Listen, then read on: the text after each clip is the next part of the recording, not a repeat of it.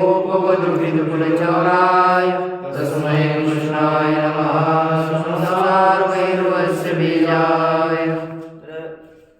श्री विश्वनाथ पंचानन भट्टाचार्य द्वारा रचित न्याय सिद्धांत मुक्तावली का विचार करते हुए कल हम लोगों ने जो 6 प्रकार के सन्निकर्ष है, ध्यान दीजिए, किस सन्निकर्ष से किसका ज्ञान होता है, ये हमें ज्ञान होना चाहिए। संबंध, सन्निकर्ष। देखो, एक प्रश्न पूछ ही लेता हूँ। बोलो, द्रव्य का प्रत्यक्ष किस सन्निकर्ष से होता है? संयोग सन्निकर्ष। किस सन्निकर्ष से? संयोग। संयोग, संयोग, संयोग, संयुक्त अर्थात संयोग वाला, सन्निकर्ष वाला हो गया। लेकिन संयोग एक स्वतंत्र सन्निकर्ष है। दूसरा, यदि द्रव्यों में रहने वाले द्रव्य समवेतों का किस सन्निकर्ष से प्रत्यक्ष होगा? संयुक्त समवाय। द्रव्य समवेत, उसमें समवेत रहने वाला, अर्थात द्रव्य समवेत, समवेतों का किस सन्निकर्ष से प्रत्यक्ष होगा? संयुक्त समवेत समवाय सन्निकर्ष से प्रत्यक्ष होता है। और ये 3 हो गए। इसके बाद यद्यपि शब्द भी द्रव्यों में ही रहता है, लेकिन हुआ क्या, बाकी इंद्रिय थोड़ी अलग अलग उत्पन्न होती है। पृथ्वी से घ्राणेन्द्रिय अलग उत्पन्न होता है, जल से रसनेन्द्रिय अलग उत्पन्न होता है, तेज से चक्षुरेन्द्रिय अलग उत्पन्न होता है, वायु से त्वगिंद्रिय अलग उत्पन्न होता है। सब शरीर में रहता है, लेकिन आकाश से श्रोत्रेंद्रिय अलग उत्पन्न नहीं होता। बस कर्ण शष्कुली से युक्त जो आकाश, उसे ही श्रोत्रेंद्रिय कहते हैं। तो आकाश और श्रोत्रेंद्रिय एक हुआ, तो अब दूसरा, जैसे चक्षुरेंद्रिय का जाकर संयोग होता था, तब संयुक्त समवाय हम कहते थे। लेकिन यहाँ पर श्रोत्रेंद्रिय का आकाश से जाकर संयोग होता ही नहीं, स्वयं श्रोत्रेंद्रिय ही आकाश है, तो उसी में शब्द रहता है, इसलिए संयुक्त नहीं जोड़ पाए थे हम, बस समवाय लेना पड़ता है। तो शब्द का प्रत्यक्ष समवाय सन्निकर्ष से होता है। अहम अत्र अस्मि भवन्तः ध्यानं दृष्ट्वा पश्येयुः, यस्मात् कारणात् भवतां बुद्धौ किञ्चित् ज्ञानम् आगमिष्यति, नो चेत् भवन्तः बहु विद्वांसः इति दर्शयित्वा स्वस्य आज्ञानिनः न भवन्तु। एकाग्ररीत्या ध्यानं दत्वा शृण्वन्तः, सावधानेन शृण्वन्तः। तत्पश्चात् एकः विशेष समवाय सन्निकर्षेण श्रोत्रद्वारा शब्दस्य प्रत्यक्षं भवति। शब्दवृत्ति या शब्दत्व जाति अथवा कत्व खत्व इत्यादि जातीनां समवेत समवाय सन्निकर्षेण प्रत्यक्ष ज्ञानं भवति। पश्चात् समवायस्य अथवा अभावानां विशेषणता सन्निकर्षेण ज्ञानं भवति इति अस्माभिः दृष्टम्। इदानीं यः यावान् विषयः अभवत्, ततः अग्रे वयं विचाराय प्रवर्तामहे। भवन्तः शृण्वन्तु। कुत्र प्रचलति? इदानीं 2+200 पृष्ठक्रमाङ्कः। ओ, नहीं? तत्र तत्रैव चलति तस्माद् उद्भूतरूप। तस्मात् क्या हो गया?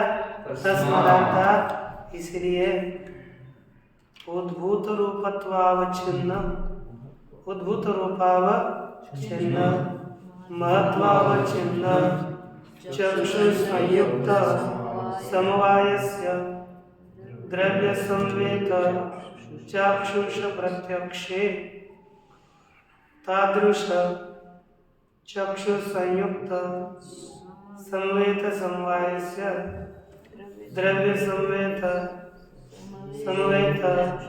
चाक्षुषे कारणत्वं वाच्यम। अब देखो, वायु में और वायु के स्पर्श में रहने वाली जो सत्ता जाति है, उस सत्ता जाति का भी प्रत्यक्ष होने की आपत्ति आएगी, कहा था। क्योंकि येन केन संबंधेन वायु में भी उद्भूतम रूप हम स्थापित करेंगे और स्पर्श में भी वायु वृत्ति, स्पर्श में भी येन केन संबंधेन उद्भूत रूप रहेगा। उद्भूत रूप और महत्व दोनों यदि जैसे क्या है, चाक्षुष प्रत्यक्ष के लिए उद्भूत रूप और महत्व कारण बताया गया है। जहाँ जहाँ उद्भूत रूप और महत्व रहता है उसका चक्षु के द्वारा ज्ञान होता है। जैसे ये मसी कूपी है, इस मसी कूपी का समझता है चाय की बोतल, इस मसी कूपी का हमें चक्षु के द्वारा ज्ञान हो रहा है। कारण क्या है कि यह मसी कूपी उद्भूत रूप वाली है और महत्व वाली है। महत्व इसमें रहता है और इसका रूप उद्भूत है, इसलिए प्रत्यक्ष होता है। अब उद्भूत रूप जहाँ रहेगा, महत्व जहाँ रहेगा, उसका चक्षु के द्वारा प्रत्यक्ष होगा। वायु महत है, इसमें कोई किसी को संदेह नहीं, वायु महत है तो महत्व उसमें रहेगा और उद्भूत रूप को भी परंपरा संबंध से वायु में रखेंगे तो वायु का भी प्रत्यक्ष होने की आपत्ति आएगी। इसलिए कुछ न कुछ उसके वारण के लिए हमें नियम बनाना पड़ेगा, नहीं तो वायु भी नेत्र से दिखने की आपत्ति है। लेकिन वायु नेत्र से दिखता है क्या? नहीं तो उसके भी दिखने की आपत्ति, आकाश के भी दिखने की आपत्ति, निरूप पदार्थों के दिखने की आपत्ति आ जाएगी। इसलिए सिद्धांती कहते हैं ऐसा कार्य कारण भाव करना चाहिए। क्या? द्रव्य संवेद चाक्षुष प्रत्यक्ष, किसके? द्रव्य में समवाय संबंध से जो रहता है उसके चाक्षुष प्रत्यक्ष में क्या संबंध कारण है? तो देखो, तस्मात् उद्भूत रूपावच्छिन्न महत्वावच्छिन्न संयुक्त समवाय। समवाय संबंध कैसा चाहिए? उद्भूत रूपावच्छिन्न और महत्वावच्छिन्न संयुक्त समवाय। संयुक्त समवाय संबंध कारण है, लेकिन सकल संयुक्त समवाय नहीं। कौन सा संयुक्त समवाय? उद्भूत रूपावच्छिन्न और महत्वावच्छिन्न। जो वो समवाय ऐसा होना चाहिए जिस समवाय में वो समवाय किससे विशिष्ट होना चाहिए? उद्भूत रूप से विशिष्ट और महत्व से विशिष्ट, है कि नहीं? समवाय संबंध जहाँ रहता है वहां पर क्या होना चाहिए? उद्भूत रूप और महत्व। इसलिए उद्भूत रूपावच्छिन्न और महत्वावच्छिन्न संयुक्त समवाय होगा, तभी उसका प्रत्यक्ष हो सकता है। है। और तादृश देखो, अब दूसरा क्या है? द्रव्य समवेत समवेत चाक्षुष।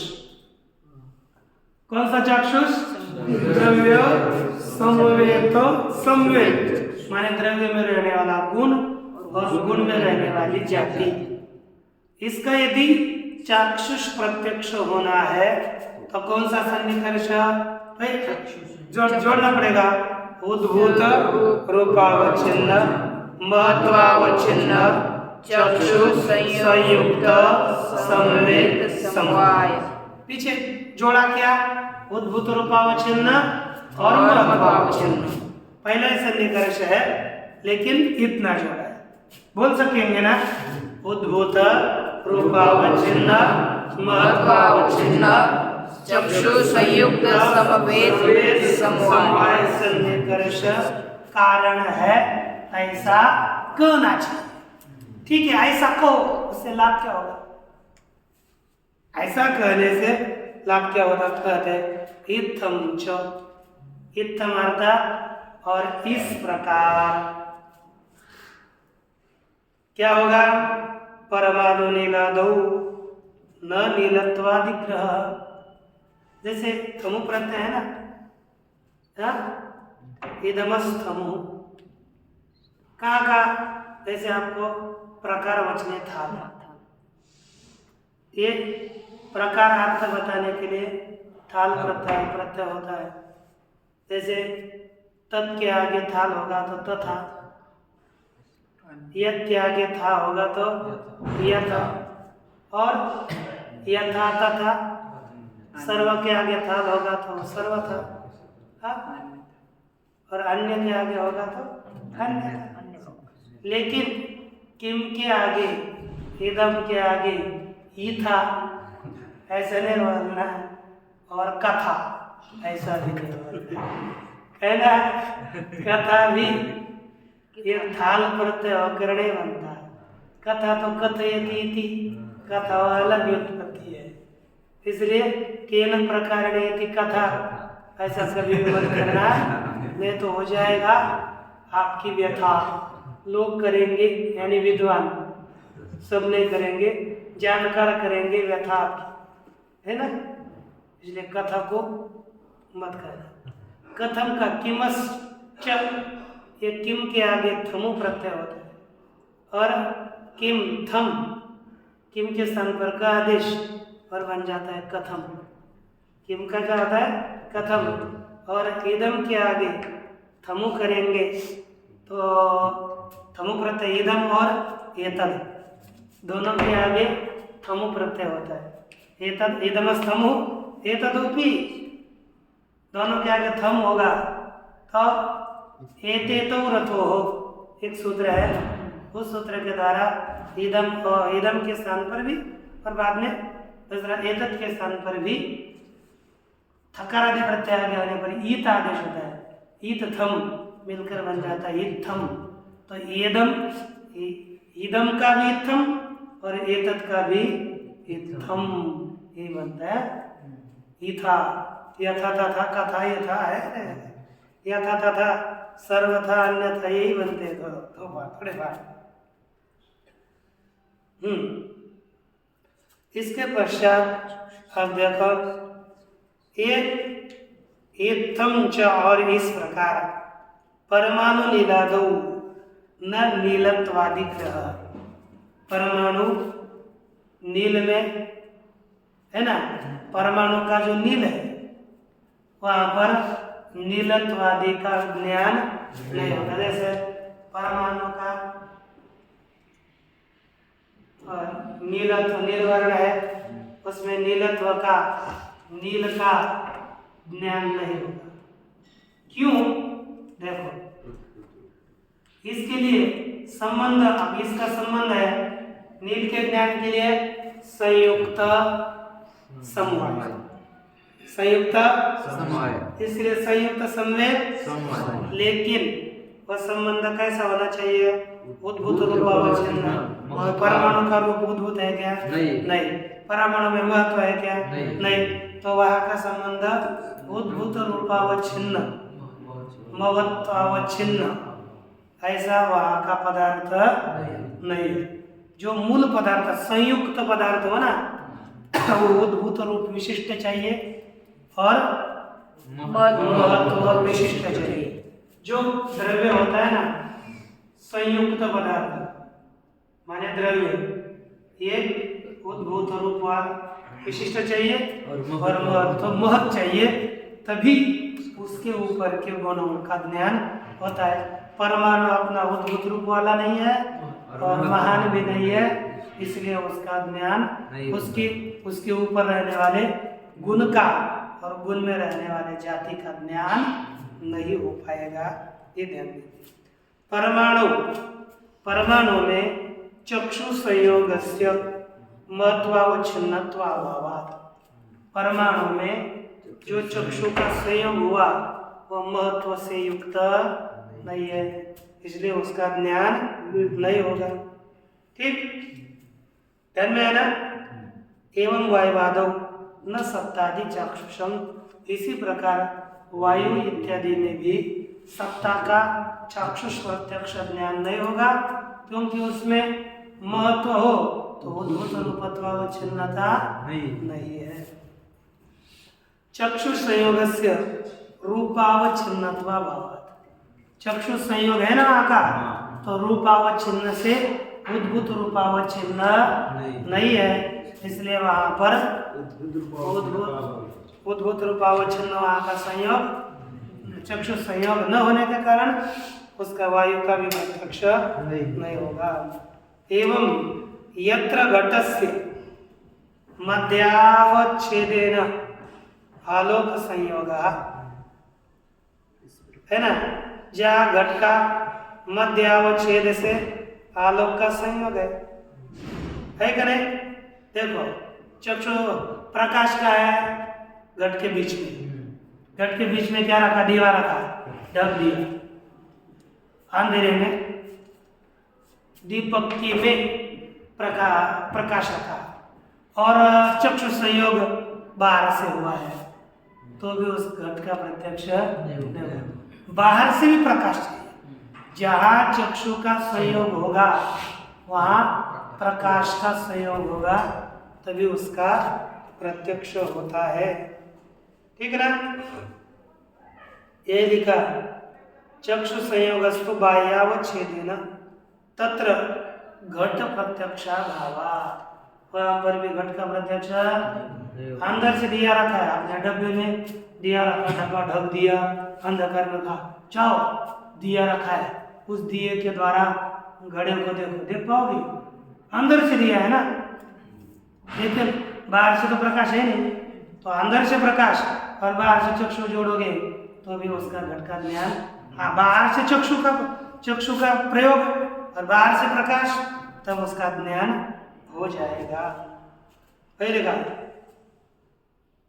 बाह्यावच्छेद चक्षु संयोगस्तु बाह्यावच्छेदेन तत्र घट प्रत्यक्षाभावात्, वहाँ पर घट का प्रत्यक्ष न होने से, घट के प्रत्यक्ष का अभाव होने से आलोक संयोगावच्छिन्नत्वम चक्षु संयोगे विशेषणम देयम।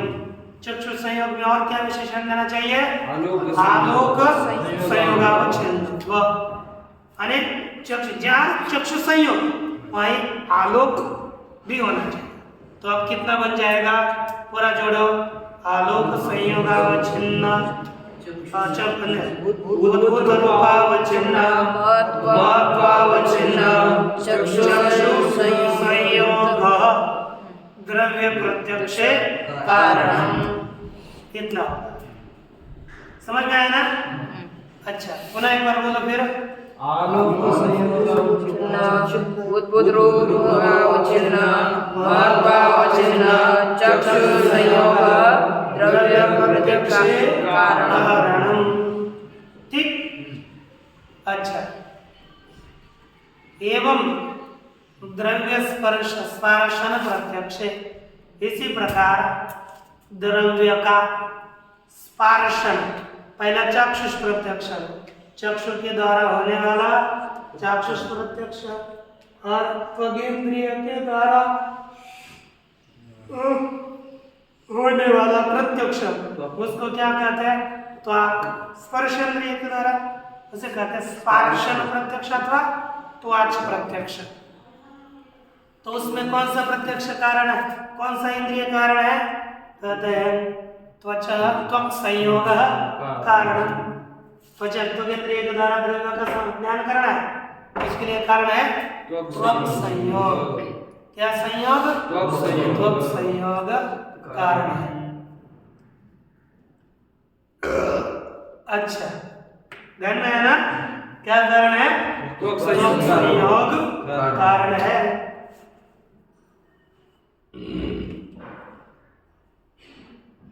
द्रव्य संवेत स्पर्शन प्रत्यक्ष किसमें?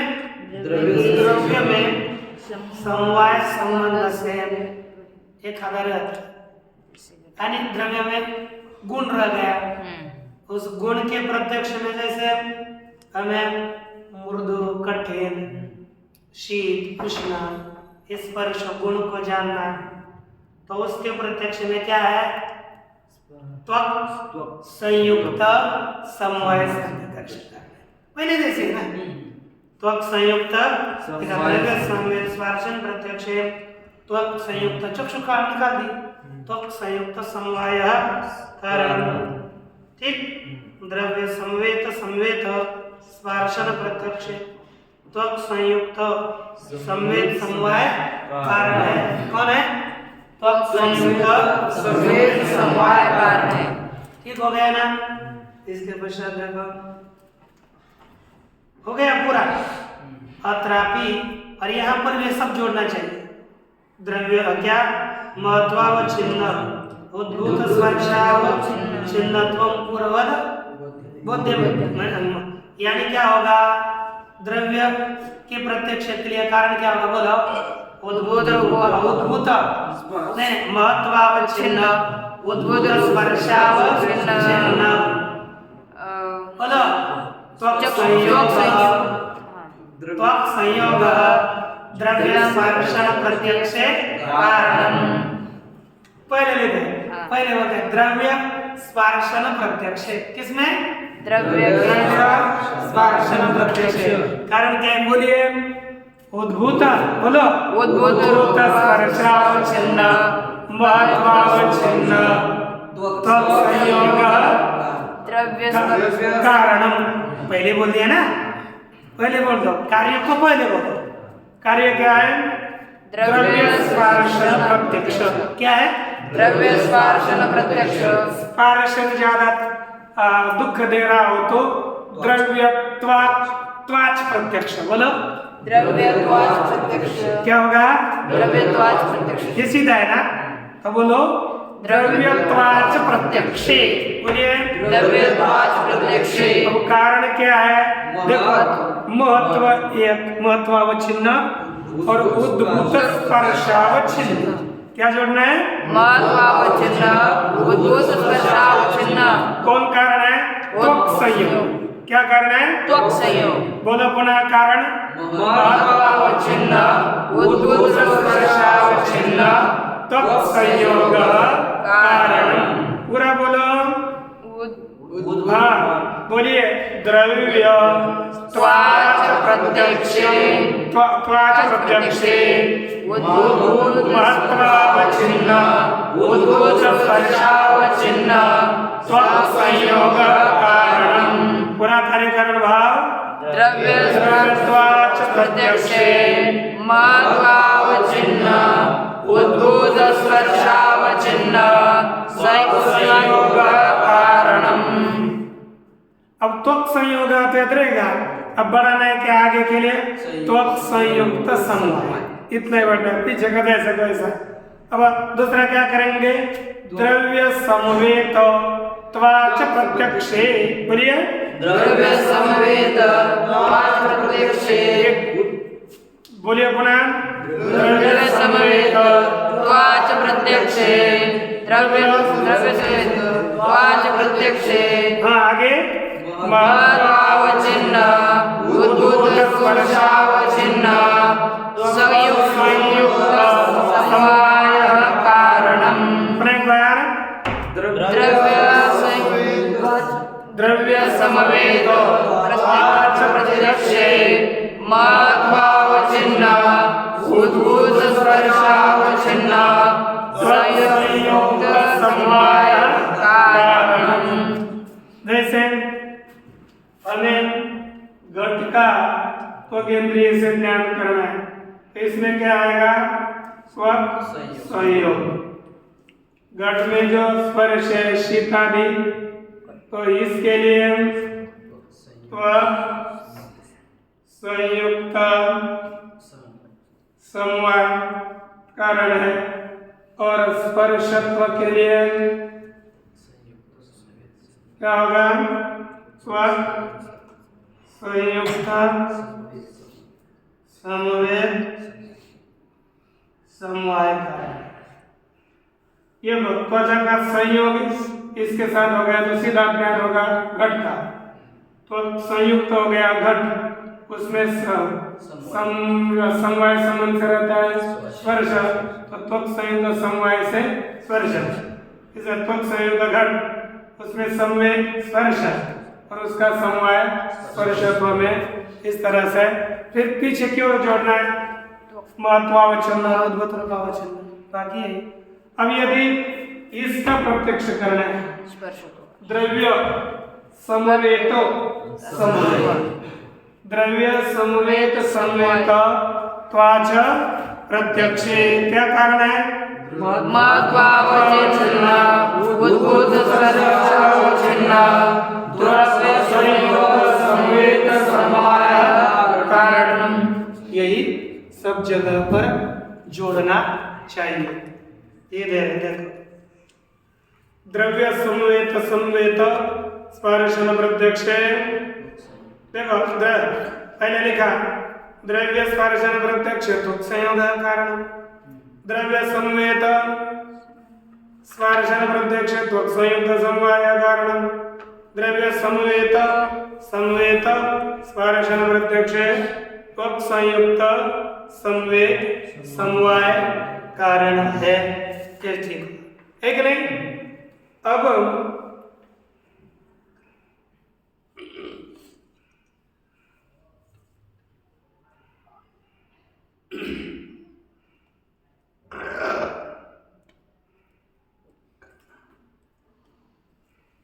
देखो दूसरा है अत्रापि महत्वावच्छिन्न उद्भूतरूपावच्छिन्नत्वं पूर्ववद बोध्यम। ये हम लोगों ने देखा। एवं इसी प्रकार गंध प्रत्यक्षे, गंध को जानना है ना, कौन सा संबंध कारण है? ग्रहण संयुक्त संबंध। गंध समवेत नहीं, ग्रहण संयुक्त पुष्प, और पुष्प में कौन रहा है? गंध। तो ग्रहण संयुक्त पुष्प उसका समवाय गंध में, तो ग्रहण संयुक्त समवाय कारण है। ग्रहण के द्वारा द्रव्य का ज्ञान नहीं होता, सीधा गुण का, लेकिन संयोग होना पड़ता। गंध समवेतस्य दूसरा कौन है? गंध समवेत ग्रहणजन्य प्रत्यक्ष है ना, ग्रहण संयुक्त समवेत समवाय कारण है। अब गंध में कौन रहता है? गंधत्व। गंध में कौन रहता है? गंधत्व। उस गंधत्व के ग्रहणजन्य प्रत्यक्ष में क्या कारण है? ग्रहण संयुक्त समवेत समवाय कारण है। रस के ज्ञान में कारण क्या है? रस क्या? रसना संयुक्त तो पदार्थ समझ नहीं, रसना रस का ज्ञान के लिए ग्रहण से होता है। हाँ? तो हो गया कि अरे दोनों के हो गए ना। गंध के प्रत्यक्ष के लिए ग्रहण संयुक्त समवाय, गंध में रहने वाले गंधत्व, उसके लिए ग्रहण संयुक्त समवेत समवाय कारण है। वैसे ही रस के प्रत्यक्ष लिए अब आ गया आगे तुरंत। एवं रस प्रत्यक्ष रसना संयुक्त समवाय। रसना से संयुक्त कौन हो गया? समझो, आपने गुलाब जामुन की तो मिठास मधुरता का अनुभव किया, माधुर्य का अनुभव किया। तो गुलाब जामुन में सीधा जीभ में स्पर्श के द्वारा आपको पहले किसका संबंध होता है? गुलाब जामुन के साथ। हाँ, रसना का संबंध गुलाब जामुन के साथ, फिर उसका उसमें रहने वाला जो रस है उस रस का ज्ञान होता है। तो रस उसमें किस संबंध से रह गया? समवाय संबंध से। तो रसना संयुक्त गुलाब जामुन और उसमें समवाय हो गया रस का। तो रसना संयुक्त समवाय से रस का ज्ञान हो गया। ये ज्ञान चाहिए ना, हमें ज्ञान कैसे हो गया? गुलाब जामुन डाल दिया गया अंदर थोड़े गधे के जैसे, उस समय न्याय लगा करके कैसा ज्ञान हो गया, विचार करके लगा। पाव खाते समय अब देखो दूसरा अब देखो रस समवेत है ना, रासन प्रत्यक्ष रस में रहने वाला कौन है? रसत्व वगैरह, उसका प्रत्यक्ष करना कौन सा? रस संयुक्त द्रव्य संवेद समवाय, रसना संयुक्त संवेद समवाय कारण है, ये आप समझ लीजिए। इसी प्रकार शब्द प्रत्यक्ष, शब्द के प्रत्यक्ष में श्रोत्रावच्छिन्न समवाय, श्रोत्र से श्रोत्र समवाय, श्रोत्रावच्छिन्न बोलो कुछ बोलो, श्रोत्रावच्छिन्न समवाय। शब्द संवेद कौन? शब्दत्व, उसका श्रोत्र के द्वारा ज्ञान करना है, तत्व खत्व सभी जातियों का। तो श्रोत्रावच्छिन्न संवेद समवाय कारणम, है कि नहीं? अत्र सर्वं प्रत्यक्षम लौकिकम। यहाँ पर जितना भी प्रत्यक्ष हो रहा है वो कौन सा प्रत्यक्ष है? लौकिक प्रत्यक्ष है, समझना चाहिए। ठीक, अब इसके बाद वक्षमाणम अलौकिक प्रत्यक्षम, वक्षमाणम अर्थात आगे बताया जाने वाला। ये थोड़ा विचित्र है, ये जल्दी समझ में नहीं आ सकता, लेकिन हमें क्योंकि अलौकिक है नहीं, लौकिक का हम लोक की तरह समझ पाएंगे, लेकिन अलौकिक के लिए हमें अलौकिक बुद्धि का प्रयोग करना पड़ेगा, क्योंकि ऐसे एकदम जैसे बूढ़ा आदमी बैठा है ऐसा नहीं, थोड़ा टाइट बैठना चाहिए ना, अलौकिक प्रयास करना चाहिए, प्रतिदिन निद्रा का प्रयास नहीं होना चाहिए। तो देखो वक्षमाणम अलौकिक प्रत्यक्षम, आगे बताया जाने वाला अलौकिक प्रत्यक्ष। इंद्रिय संयोगाधिकम विनापि, किसके बिना भी होता है? इंद्रिय संयोगादि के बिना भी होता है। इंद्रिय संयोग न हो तो भी होता है। देखो है कि नहीं? कैसे? इंद्रिय संयोग के बिना भी प्रत्यक्ष होता है। उसके नाम तो सुनने चाहिए। एक है सामान्य लक्षण प्रत्यक्ष, दूसरा ज्ञान लक्षण सन्निकर्ष, ज्ञान लक्षण सन्निकर्षजन्य प्रत्यक्ष और योगज प्रत्यक्ष। इस तरह से कितने प्रकार का है? 3 प्रकार के। सामान्य लक्षण सन्निकर्ष, ज्ञान लक्षण सन्निकर्ष से होने वाला प्रत्यक्ष और योग से होने वाला प्रत्यक्ष, योगज प्रत्यक्ष। ये 3 होते हैं। आपको ज्ञान होता है इससे? कभी होगा? सामान्य पता नहीं चल रहा ये होता है कि नहीं। योगज ना हो पाए लेकिन दूसरे ज्ञान तो होते हैं। तो देखिए कैसे समझाते हैं हमें। एवं देखो संयोग इत्यादि के बिना प्रत्यक्ष होता है। एवं इसी प्रकार आत्मना प्रत्यक्षे मनोसंयोग कारण। आत्मा के प्रत्यक्ष में मन का संयोग लगता है। आत्मा का मन के साथ संयोग होगा तो आत्मा का प्रत्यक्ष होगा। ठीक, आत्मा में रहते हैं सुख दुख आदि, तो उसका प्रत्यक्ष कैसे होगा? मन संयुक्त समवाय, मन संयुक्त आत्मा और उसका समवाय किसमें जाएगा? सुख में। तो देखो, आत्म समवेत मानस प्रत्यक्ष, आत्मा में समवाय संबंध से रहने वाले कौन सुख दुख आदि उनका मन के द्वारा प्रत्यक्ष होने में मन संयुक्त समवाय कारण है। ठीक ना? एक संबंध समझ में आया ना? सब हो गए। देखो, आत्मा में समवेत कौन? सुख। सुख में समवाय संबंध से कौन रहता है? सुखत्व। तो सुखत्व के प्रत्यक्ष में देखा, आत्मा समवेत समवेत मानस प्रत्यक्ष मन संयुक्त समवेत समवाय कारणम। हो गया कि नहीं?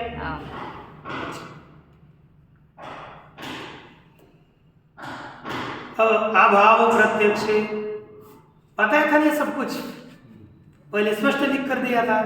अभाव के प्रत्यक्ष में और समवाय के प्रत्यक्ष में इंद्रिय संबद्ध विशेषणता, क्या हो गया? विशेषणता। इंद्रिय से संबद्ध एकता पदार्थ, उसमें विशेषण अभाव, और अभाव का क्या होगा?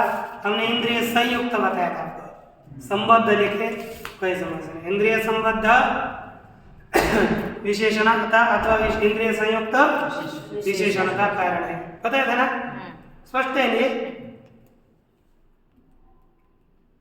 वैशेषिक मते तो समवायो न प्रत्यक्ष, वैशेषिक मत में समवाय प्रत्यक्ष नहीं है, समवाय का प्रत्यक्ष ज्ञान नहीं होता। अत्र यद्यपि विशेषणता नाना विधा, यहाँ पर प्रस्तुत में यद्यपि विशेषणता अनेक प्रकार की है। तथा है ना? तथापि, लेकिन ये लिखा तथा ही, यद्यपि के बने के बाद तथा भी चाहिए था, आएगा तथा भी, हाँ आया नीचे तथा ही। तो विशेषणता अनेक प्रकार की है ना, वो बता रहे हैं। तथा ही स्पष्टीकरण कर रहे हैं। भूतल आदो घटा भाव, किसमें अभाव है? भूतल में। जैसे अब घटा भाव अलग अलग स्थानों में है।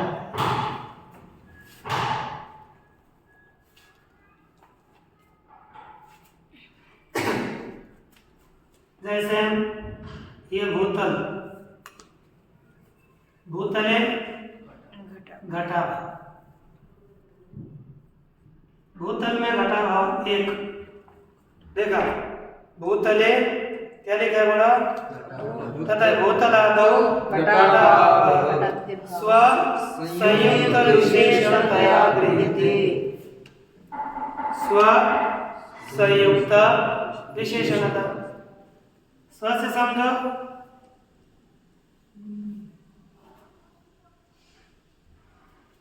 अब चक्षु ही ले लेगा। स्व चक्षु संयुक्त भूतल और उसके विशेषणता कुशलता घटा भाव में, तो स्व संयुक्त विशेषणता सन्निकर्ष से ज्ञान होता। देखो संख्या दो रूपादि भाव, देखो संख्या है कि जैसे एक भूतल एक घट है, इसमें रहती है संख्या और संख्या में है रूपाभाव। तो क्या होगा? स्व अर्थात चक्षुरिंद्रिय संयुक्त समवेत विशेषणता है ना? तो देखो स्व संख्या दो रूप अद्य भाव, स्व संयुक्त समवेत स्व संयुक्त स्वसंयुक्त समवेत समवेत विशेषण तया। अब देखते हैं क्या लिखा है टीका में। संख्या में क्या रूप का अभाव है तो क्या होगा स्वसंयुक्त समवेत विशेषणता इसी संज्ञा का। और जो एक हो गया घट, घट में रही संख्या, संख्या में रहा संख्यात्व और संख्यात्व में रूपाभाव। अब स्व चक्षु चक्षु चक्षु संयुक्त घट समवेत संख्या संख्यात्व और विशेषणता रूपाभाव में देखो संयुक्त समवेत समवेत समवेत समवेत विशेषणता और विशेषण विशेषणता इस सन्निकर्ष से संख्यात्व में रूप के अभाव का ज्ञान हो जाएगा। पहले का शब्दाभाव केवल श्रोत्रावच्छिन्न विशेषण दया। हमें शब्द के अभाव का ज्ञान होगा। जैसे यहाँ पर शब्द नहीं है तो क्या कौन सा संबंध होगा श्रोत्र विशेषण। श्रोत्रावच्छिन्न बोलो अथवा श्रोत्र श्रोत्र में ही शब्दाभाव नहीं शब्द नहीं है तो श्रोत्रावच्छिन्न विशेषण का शब्द का शब्द में शब्द है ना श्रोत्र में शब्दाभाव तो क्या होगा श्रोत्रावच्छिन्न विशेषण का। उसके बाद शब्द में अथवा समझो घट में क्या लिखा है केवल श्रोत्रावच्छिन्न कादौ खत्वाद्य भाव। समझो शब्द है ख क में क्या रहता है खत्व। क में क्या रहता है क में खत्व नहीं रहता तो खत्वा। तो श्रोत्र श्रोत्र समवेत कत्व क विशेषणता विशेषणता कत्व है ना श्रोत्र समवेत श्रोत्र समवेत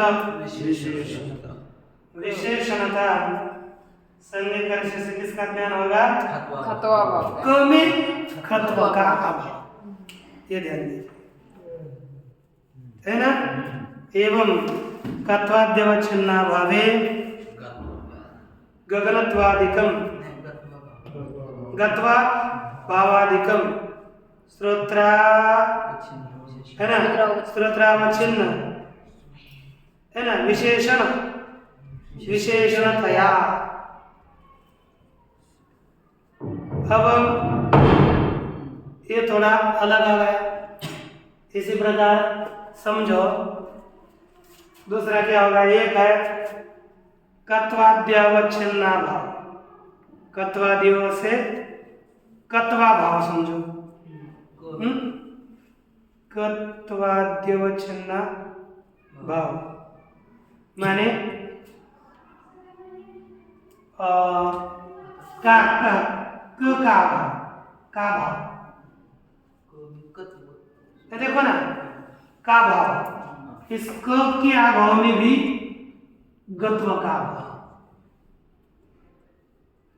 अब हमें किसका ज्ञान करना है देखो का भाव का है श्रोत्र में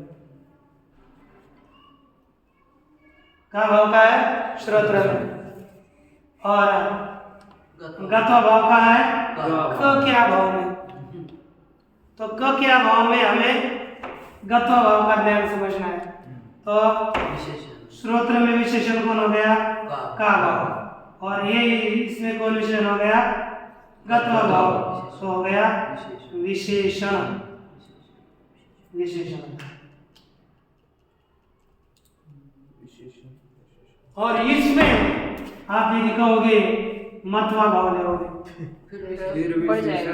और विशेषण पढ़ो विशेषण का जोड़ेंगे उसमें भी मगर क्योंकि ये विशेषण ही है ना, यहाँ पर समवाय तो है नहीं, तो और जोड़ते रह सकते हो। कोई ऐसे बस ये न्याय समझना, एक बार समझ गए रे गए, ये न्याय अपने हाथ के हैं। देखो लिखा एवं कत्वाद्यावच्छिन्ना भावे माने ककारादि के अभाव में गत्वा भावादिकम श्रोत्रावच्छिन्न विशेषण विशेषणतया एवं घटाभावादौ पटाभाव। इसी प्रकार घट के अभाव में घट के अभाव में पट का अभाव है ना, घट के अभाव में घटाभावान पटाभाव है ना। तो इस या बोलिए किसी अभाव में अभाव के रहता ज्ञान हो रहा है, लेकिन उसके लिए क्या है, चक्षु संयुक्त समझो भूत, उसमें विशेषण पटाभाव घटाभाव, और उसमें विशेषण चक्षु संयुक्त भूतल, उसमें विशेषण घटाभाव, उसमें विशेषण पटाभाव। चक्षु संयुक्त विशेषण विशेषणता सन्निकर्ष से पटाभाव करने घटाभाव निष्ठ पटाभाव का प्रत्यक्ष होगा। घटाभाव निष्ठ पटा देखो बुद्धि चलानी है कि नहीं। देखा एवं घटाभावादौ पटाभाव चक्षु संयुक्त विशेषण विशेषणतया एवं अन्य पुय्यम। इसी प्रकार अन्य का ही विचार करना चाहिए। यदि ऐसा करना चाहिए तो भी है ना, तथापि है ना, विशेषण तत्वेन रूपेण एकैव साधन्य। देखो उधर की विशेषणता अलग अलग हो गई, ये विशेषणता अलग हो गई, सब विशेषणता अलग अलग हो गई, लेकिन विशेषण तत्वेन विशेषणता सब जगह पर एक ही है, इसलिए एक ही विशेषणता बताई गई। अन्यथा नहीं तो षोढ़ा सन्निकर्ष इति प्राचाम प्रवादो व्याहन्यत। नहीं तो प्राचीनों का कथन है कि षोढ़ा माने 6 प्रकार का ही सन्निकर्ष है, ये उनका कहना, उसका व्याघात हो जाएगा, इसलिए हम 16 ही सन्निकर्ष मानते हैं। और यदि से आप 6 ही कितने 16 बोले ना, 6 ही सन्निकर्ष है, ज्यादा नहीं है। और यदि से आप उपलब्ध है तो ये जो पंक्ति है श्लोक में, यदि से आप उपलब्ध है तो एवं यत्र प्रसज्यते, इस पंक्ति का विचार हम लोग करेंगे कल, वो होने के बाद अलौकिक सन्निकर्ष। ओम पूर्णमिदं पूर्णात् पूर्णमुदच्यते पूर्णस्य पूर्णमादाय पूर्णमेवावशिष्यते। ओम शांति शांति शांति।